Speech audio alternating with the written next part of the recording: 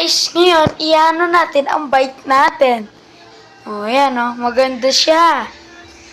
Hindi yan sponsor no. Hindi yan sponsor ng Gent. Okay, back to the pinaka. So, ito yung bike. Ito, hindi yan talaga kasama. Pinakabit ko. Pati ito flashlight. Pati itong, palodo. Pati yan. Ngayon, kaya nga inano ko para makita nyo kung gaano ka angas ang Gent. Sa mga gustong bumibili ng bike, is parang maano nyo na ito. Para magustuhan nyo itong bike na ito at sakaling parang gusto nyong bumili. So, tara na! Ito nga yung natin. Siyempre, hindi mawawala itong fenders. Kapag binili mo yung bike, siyempre, hindi niyang kasama. So, ito lang ay binili ko. And, dito muna tayo sa mga binili ko sa hindi kasama dun sa kanyang pinaka-bike. So, ito yung niya. Talagang hindi naman yan. So, dito naman, yan, maganda ito. With lights.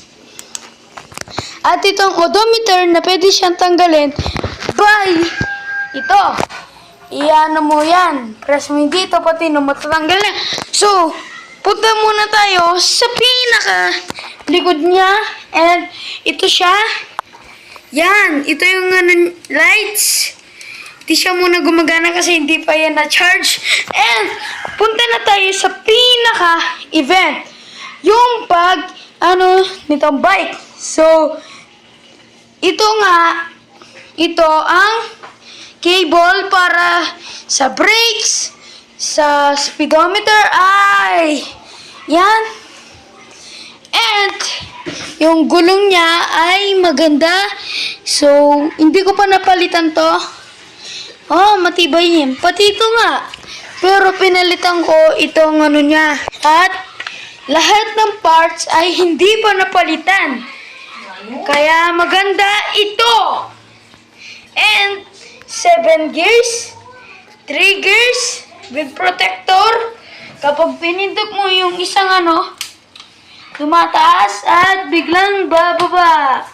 So yun yung maganda dito sa Gent bike ko.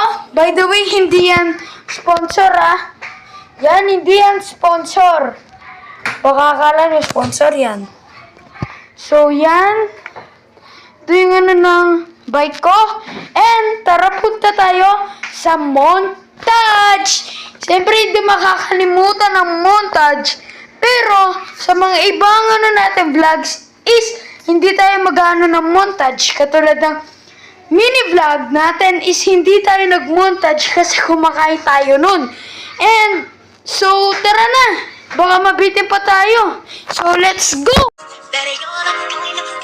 Should make a move on more. And if I don't let you know, then you won't make for real. I could be a woman.